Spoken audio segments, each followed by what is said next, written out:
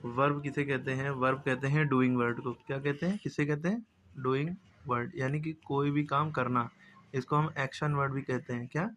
Action word. ठीक है। जैसे the juggler played with 4 ball, juggler ने खेला 4 बॉलों से। Played. All children sang the song, song मैंने गाया।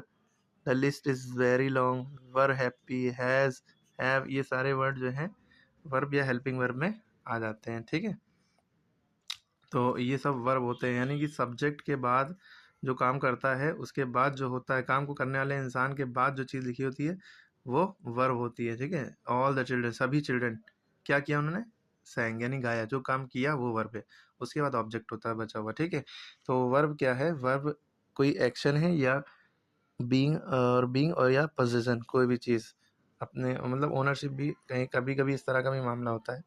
चलिए, जैसे object of a verb, verb के बाद क्या ऑब्जेक्ट है?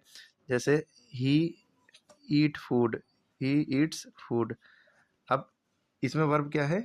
ईट्स, है ना, ये सब्जेक्ट है और ये वर्ब है। अब इसका ऑब्जेक्ट क्या है? ये फूड। ऑब्जेक्ट का मतलब जो काम हुआ उसमें क्या, मेनली नाउन होता है ऑब्जेक्ट। वो ही ईट्स फूड, वो खाना खाता है। हम पूछें वो क्या खाता है, वो क्या खाता है वो, यानी कि ही क्या खाता है, he eats what.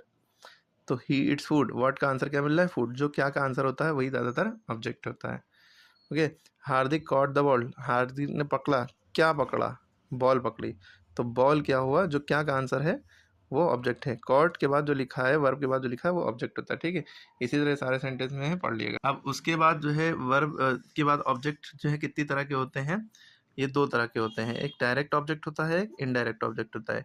Indirect object जानदार चीज़ को कहते हैं। किसे कहते हैं? जानदार, लिविंग थिंग।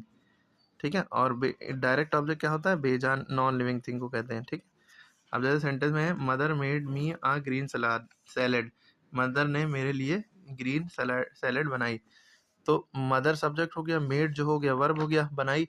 मी और ग्रीन सैलेड ये दोनों ऑब्जेक्ट हैं, जिसमें से मी जो है जानदार है, लिविंग थिंग है, इसलिए इनडायरेक्ट ऑब्जेक्ट हो गया। और ग्रीन सैलेड जो है ये बेजान चीज़ है, नॉन लिविंग थिंग है, सैलेड है, तो ये डायरेक्ट ऑब्जेक्ट हो गया।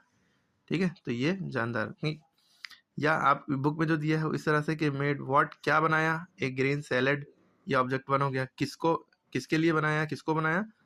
तो मेरे लिए बनाया। ठीक है। मी, मुझे, मुझको बना के दिया। तो यहाँ पे the answer to what question is direct object. जो व्हाट का आंसर होगा वो डायरेक्ट। व्हाट, मदर ने क्या बनाया? ग्रीन सैलेड, तो ये डायरेक्ट ऑब्जेक्ट। होम किसके लिए बनाया? Indirect object. ठीक है। मी के लिए, मी माने मुझे। समझ में आई बात? हमने जो बताया वो हमेशा परफेक्ट बैठेगा, हमेशा सही रहेगा इंशाल्लाह। डायरेक्ट ऑब्जेक्ट जो है होता है, क्या होता है? बेजान होता है। इनडायरेक्ट ऑब्जेक्ट जानदार, इनमें ना लगा है, जानदार में भी ना है, और बेजानदार शुरू में। ठीक है।